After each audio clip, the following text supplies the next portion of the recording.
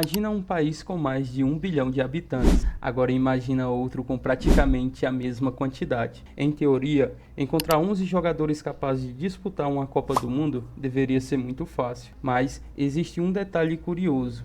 China e Índia estão entre os países mais populosos do planeta e quase nunca aparecem na Copa. A China conseguiu disputar apenas uma edição em 2002. A Índia nunca disputou uma Copa do Mundo. E isso fica ainda mais estranho quando você lembra que a Copa de 2026 teve 48 seleções, a maior edição da história. Países pequenos como Cabo Verde, Croácia, Jordânia e Uzbequistão conseguiram chegar ao Mundial. Então, por que a China e a Índia não conseguem? Será que é falta de talento? Falta de dinheiro? Falta de interesse? Ou existe um problema muito maior por trás disso? A resposta passa por algo que parece simples. Para um país conseguir formar jogadores de elite, não basta encontrar um garoto que saiba jogar bola. É preciso criar um caminho. Imagina uma pirâmide. Na parte de baixo estão milhões de crianças jogando futebol.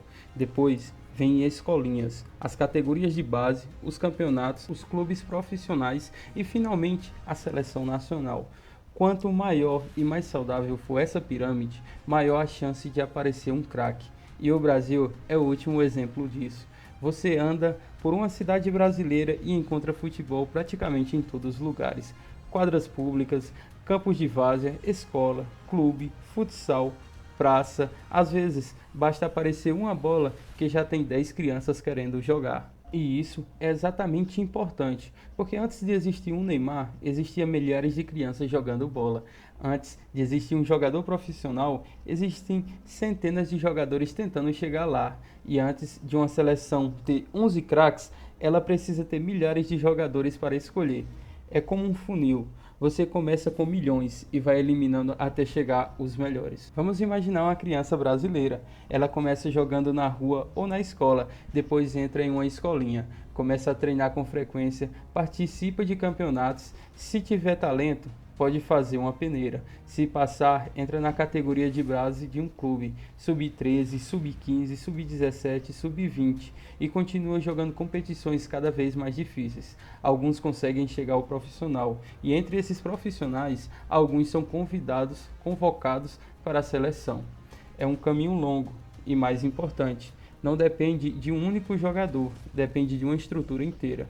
Foi assim que vários grandes jogadores surgiram. Neymar, por exemplo, entrou na base do Santos ainda quando criança e chegou ao profissional aos 17 anos. Mas pensa no seguinte, para encontrar um Neymar, você precisa ter milhares de crianças jogando, e é justamente aí que começam os problemas da China e na Índia. A Índia possui uma população gigantesca, mas a população não significa automaticamente jogadores de futebol. Você precisa transformar a população em praticantes, praticantes em jogadores, jogadores em atletas e atletas em profissionais. Se uma criança não tem campo, ela joga menos. Se não tem treinador, ela se desenvolve menos. Se não tem campeonato, ela tem menos oportunidades de ser descoberta. E se não existe uma estrutura profissional forte, até o jogador mais talentoso pode acabar desistindo. É como ter uma enorme fábrica, mas poucas máquinas funcionam. Você pode até ter a matéria-prima infinita, mas o produto final continua sendo raro. E esse é um dos grandes problemas do futebol indiano. A base ainda não consegue transformar o tamanho da população em uma quantidade proporcional de jogadores de alto nível. Existe ainda outro problema. O próprio futebol precisa competir pela atenção das pessoas, porque o cricket já ocupa um espaço gigantesco na cultura esportiva do país. Agora, chegamos a um caso completamente diferente, porque a China não ignorou o futebol, muito pelo contrário, eles tentam transformar o futebol em um projeto nacional. Em 2002, a China conseguiu disputar a sua primeira e até hoje única Copa do Mundo, e o resultado não foi um dos melhores. Perdeu os 3 jogos da fase de grupo, não marcou nenhum gol e sofreu 9, mas parecia que aquilo poderia mudar, porque o presidente é conhecido por gostar bastante de futebol e ele tinha 3 grandes desejos para o futebol chinês: voltar para a Copa, sediar uma Copa e um dia ganhar uma Copa do Mundo. Então, a China decidiu investir pesado, mas muito pesado. o governo chinês lançou um grande plano para o desenvolvimento do futebol. A ideia era fortalecer a base, construir instalações, criar centros de treinamento, melhorar as ligas, atrair investimento e trazer grandes jogadores estrangeiros. E durante alguns anos, parecia que o futebol chinês estava explodindo. Clubes chineses começaram a contratar estrelas internacionais, jogadores brasileiros foram para lá, e o dinheiro investido chegou a níveis absurdos. Só que tinha um problema: dinheiro consegue comprar jogadores prontos, mas não consegue comprar décadas de desenvolvimento. Você poderia contratar um craque estrangeiro, mas isso não significa que você acabou de criar uma geração de craques chineses, e foi aí que apareceu o maior buraco da pirâmide. Milhões de crianças começaram a jogar futebol, mas quando chegavam à adolescência, muitos abandonavam, e existia uma razão muito forte para isso. Na China, o sistema educacional é extremamente competitivo. Os estudantes precisam se preparar para exames importantes, e para muitas famílias, estudar oferece um caminho muito mais seguro para o futuro do que tentar virar jogador profissional. Então acontece isso, a base fica enorme, mas o meio da pirâmide fica pequeno. É como construir um prédio gigantesco, com um andar intermediário muito frágil. Você pode colocar milhões de crianças na base, mas se elas não continuarem treinando durante os anos, mais importante do que o desenvolvimento, pouquíssimas chegarão ao profissional. É aqui que está uma diferença importante. Em alguns esportes, um treinamento extremamente sistemático pode funcionar muito bem. Você repete, aperfeiçoa, repete novamente, mas o futebol é diferente, porque futebol existe tomada de decisão, criatividade, improviso, leitura de jogo, personalidade e até aquela capacidade de fazer alguma coisa que ninguém estava esperando. É por isso que simplesmente aumentar a quantidade de treinamento não garante que você vai criar grandes jogadores. Você pode treinar um jogador por milhares de horas, mas não consegue programar completamente a criatividade dele, e a China tentou acelerar justamente nessa parte. Como se os problemas esportivos já não fossem suficientes, viraram outros problemas. A pandemia afetou o futebol chinês, a crise econômica e a imobilidade reduziram investimentos. Clubes começaram a enfrentar dificuldades financeiras, e o futebol chinês também foi atingido por investigações de corrupções. Em 2023, o então presidente da Associação Chinesa de Futebol foi condenado à prisão por corrupção. Outro dirigente também foram investigados e punidos, ou seja, o problema deixou de ser apenas dentro de campo. A própria estrutura administrativa do futebol chinês entrou em crise. E o grande projeto que parecia capaz de transformar a China em uma potência mundial acabou mostrando que não era tão simples assim. E aqui está a parte mais interessante. Talvez não, porque pense no tamanho desse país. A China tem mais de 1 bilhão de habitantes, a Índia também.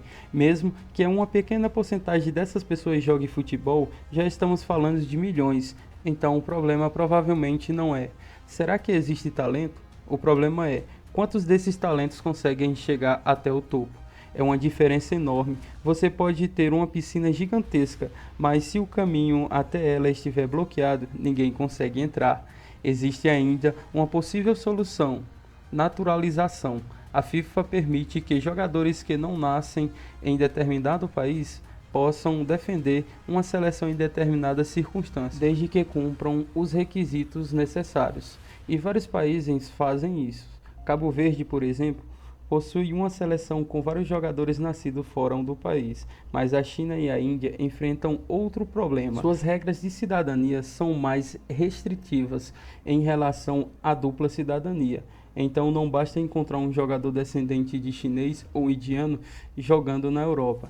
Ele também precisa conseguir se tornar elegível para defender aquela seleção, e convencer um atleta profissional a abrir mão de sua cidadania pode ser uma tarefa muito complicada. Por isso, naturalizar alguns jogadores pode ajudar, mas não resolveria o problema principal. E talvez essa seja a conclusão mais importante desse vídeo. China e Índia não precisa simplesmente encontrar 11 jogadores melhores, porque uma seleção forte não nasce de uma geração, ela nasce de uma cultura, nasce de crianças jogando, de escola, de clubes, de treinadores, de campeonatos, de infraestrutura, de competição e principalmente de tempo. A Índia precisa disputar espaço com um esporte que já domina completamente a atenção do país. A China precisa aprender que dinheiro e controle não conseguem acelerar completamente o desenvolvimento de um jogador, e os dois países precisam construir uma pirâmide que funcione do começo ao fim. Agora pensa comigo, a China e a Índia têm juntos mais de 2 bilhões de pessoas e mesmo assim não conseguem colocar uma seleção entre as melhores do futebol mundial. Enquanto isso, países com populações muito menores conseguem chegar à Copa. Cabo Verde, por exemplo, tem uma população de pouco mais de meio milhão de habitantes. Mesmo assim, conseguiu chegar ao maior palco do futebol. Isso mostra uma coisa: futebol não é simplesmente uma questão de quantidade. Você pode ter bilhões de pessoas, mas se não existe um caminho para transformar uma criança em um jogador profissional, esses bilhões não significam muita coisa dentro de campo. E talvez seja justamente por isso que essa história seja tão interessante. Porque em algum lugar na China ou na Índia pode existir uma criança com um talento absurdo, um novo Messi, um novo Ronaldo ou até mesmo um novo Pelé. A questão não é que a criança não exista, a questão é: será que o sistema vai conseguir encontrá-la? E se um dia conseguir, aí talvez a gente descubra o que acontece quando mais de 1 bilhão de pessoas finalmente encontram um caminho até o futebol de elite. E aí, talvez seja melhor o resto do mundo começar a se preocupar. Já segue o Neves TV.